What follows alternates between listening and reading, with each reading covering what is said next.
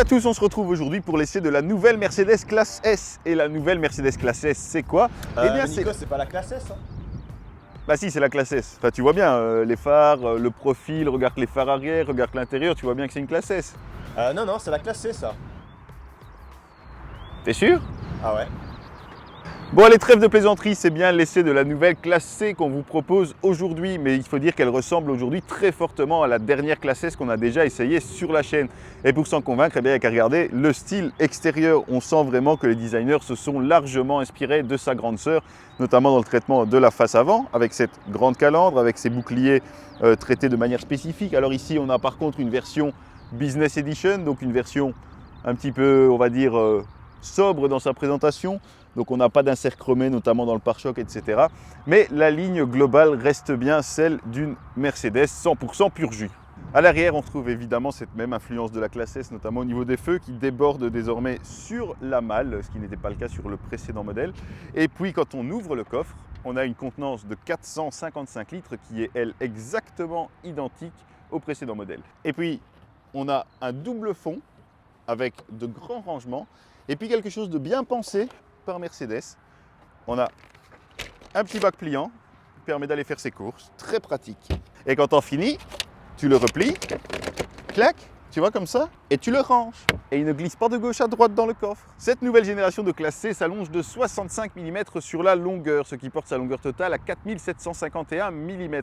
Ça en fait désormais une grande berline qui existe également en carrosserie break à la longueur exactement similaire. L'empattement ne progresse pour sa part que de 25 mm, ce qui permet de libérer un petit peu plus de place pour les passagers arrière, même si l'espace au genou ne progresse quant à lui que de 21 mm. À bord, on trouve également cet habitacle inspiré de celui de la classe S dans sa présentation. C'est très épuré, mais aussi dans la qualité et le choix des matériaux. On a quelque chose de très joli, de très distinctif et de vraiment très bien assemblé. La classe C se repositionne vraiment tout en haut dans son segment. Et regardez notamment ici les contreportes qui sont d'une très belle qualité, vraiment bien réalisées. Et puis cet accoudoir ici où on trouve les commandes de lève-glace, les commandes de réglage de rétroviseur et qui font en même temps office de poignée pour fermer la portière. C'est très joli. Comme dans une classe S également, la console centrale est matérialisée par ce grand écran de 11,9 pouces de diagonale, fourni de série sur toutes les versions de la classe C. Il est légèrement incliné vers le conducteur, selon un angle de 6 degrés exactement, pour permettre de faciliter la lecture et les commandes, notamment en roulant. Et puis face au conducteur, derrière le volant, on a un second écran de 12,3 pouces de diagonale, donc pour toutes les informations relatives à la conduite. Cet affichage peut bien entendu être personnalisé, puisqu'il suffit de cliquer sur ce petit bouton sur le volant et on peut alors choisir entre plusieurs affichages différents. Donc on a le mode classique comme celui sur lequel on était, un mode épuré qui change non seulement la présentation sur l'écran principal, mais également sur l'écran multimédia, ainsi que la couleur de l'éclairage d'ambiance. Et puis bien sûr, on a un mode sportif où là, eh bien, tout passe au rouge. Parce que le rouge, c'est sport, on l'a déjà dit.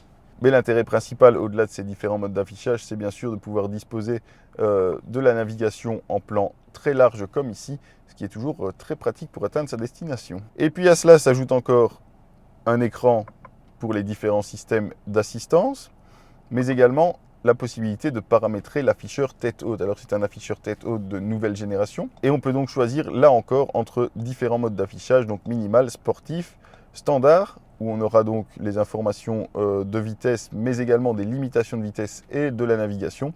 Et puis un afficheur éco qui nous affiche en permanence notre éco-score pour nous pousser à conduire le plus écologiquement possible. La classe C dispose également de ce nouveau volant, donc avec des commandes tactiles de part et d'autre.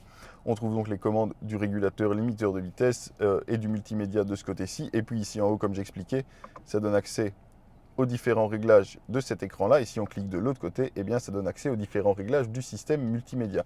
On peut donc gérer les deux écrans sans quitter le volant des mains. Ces touches tactiles sont pas toujours très pratiques en conduisant, mais il faut reconnaître qu'elles sont très réactives et assez précises, ce qui facilite quand même grandement leur usage lorsqu'on est au volant. Par contre, le vrai problème, c'est quand il s'agit de régler le volume, puisqu'on ne peut pas cliquer pour régler le volume, il faut bien glisser. Et puis si on, par mégarde, on clique, eh bien, ça active la fonction mute et donc ça coupe le son.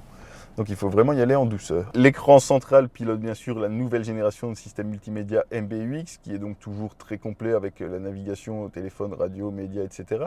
Le gros avantage, c'est qu'il permet une connectivité sans fil avec Apple CarPlay. Donc ça, c'est très pratique d'avoir Apple CarPlay qui s'affiche en grand dès qu'on monte dans le véhicule. Et puis parmi les autres fonctions, il y a bien sûr cette commande vocale et Mercedes, qui ne fonctionne jamais quand on lui demande. Hey Mercedes, ah ben même pas. Hey Mercedes, hey Mercedes, Je vous écoute. que penses-tu de BMW? De bons amis bavarois. Voilà. Parmi les autres fonctions un petit peu décalées de ce système, il y a également ce menu confort qui permet donc de paramétrer l'affichage d'ambiance notamment, mais qui est surtout intéressant, si je puis dire, par son menu Energizing Comfort qui permet donc de vraiment détendre ou énergiser le conducteur et le passager avec différentes fonctions de massage qui jouent donc sur la ventilation, sur l'ambiance musicale, sur le massage des sièges et également sur les sièges chauffants. En dessous de cet écran, nous avons également ici une barrette de commande tactile elle aussi, donc pour le volume, etc., ce qui est assez peu intéressant. Un capteur d'empreinte digitale, donc ça, ce sera très pratique, par exemple pour valider des achats en ligne. Il suffira de poser son pouce pour valider l'achat. En cliquant ici, on a accès à tous les systèmes d'assistance du véhicule et on peut facilement les activer ou les désactiver. Ça, c'est très pratique, l'affichage est très clair. On peut avoir l'affichage des différentes caméras. Et puis en cliquant ici, on a la sélection des différents modes de conduite. Alors il faut savoir qu'on a donc 5 modes de conduite: Eco, Confort, Sport, Sport Plus et Individual, qui permet donc de paramétrer les différents éléments qui entrent en compte. Mais il faut savoir que quel que soit le mode de conduite choisi, eh bien l'affichage ne sera pas dépendant du mode de conduite choisi. Et ça, c'est pas le cas chez tout le monde parce qu'il y a des marques où eh bien, le mode de conduite est lié à un affichage spécifique.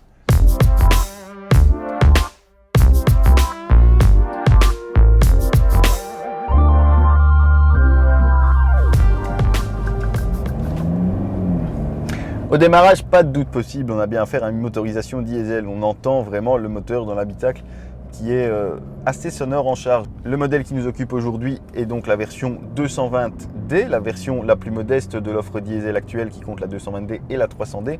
Et donc nous avons un moteur 4 cylindres diesel de 200 chevaux et 440 Nm de couple. On peut également avoir un petit boost lorsqu'on en a besoin de 20 chevaux et surtout de 200 Nm. Ça va être très intéressant pour les accélérations franches notamment. Alors ce moteur est équipé d'une hybridation légère comme l'ensemble des motorisations de la nouvelle classe C.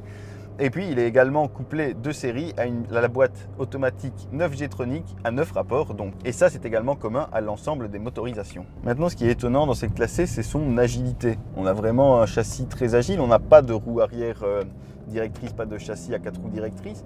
Et pourtant, cette voiture fait vraiment preuve d'une agilité étonnante au regard de son encombrement, puisque je le rappelle, elle fait désormais plus de 4,75 m de long. C'est vraiment très agréable à conduire, on retrouve vraiment tout le savoir-faire de Mercedes à ce niveau-là. Et surtout, elle parvient à marier ce dynamisme de comportement avec un confort de très bon niveau. Alors bien sûr, notre version est assez basique dans sa présentation extérieure. Elle est dotée de jantes de 18 pouces seulement, avec des pneus avec des épaules relativement hautes qui favorisent sans doute le confort. Et il faudrait voir ce que ça donne maintenant avec des jantes plus grandes de 19 ou 20 pouces et des pneus taille basse. Si ce moteur constitue en quelque sorte l'offre de base, il n'est pas poussif pour autant puisque le 0 à 100 est effectué en 7,4 secondes. Donc c'est une valeur tout à fait honorable pour une voiture sans prétention sportive et la vitesse de pointe est à plus de 240 km/h tout de même. Mais c'est bien sûr en termes de consommation qu'un diesel comme celui-ci prend tout son sens puisque Mercedes annonce entre 5 litres et 5,2 litres de consommation moyenne en cycle WLTP.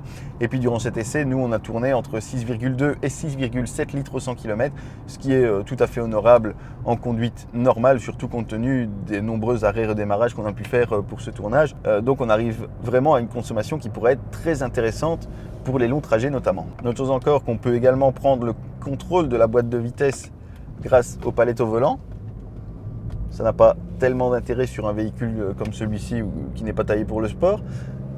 Mais bon, ça peut rester intéressant pour ceux qui seront nostalgiques de la boîte de vitesse manuelle et aimeront quand même passer leur vitesse eux-mêmes. Dans tous les cas, même lorsqu'on la laisse se gérer, eh bien, la boîte réagit très très bien.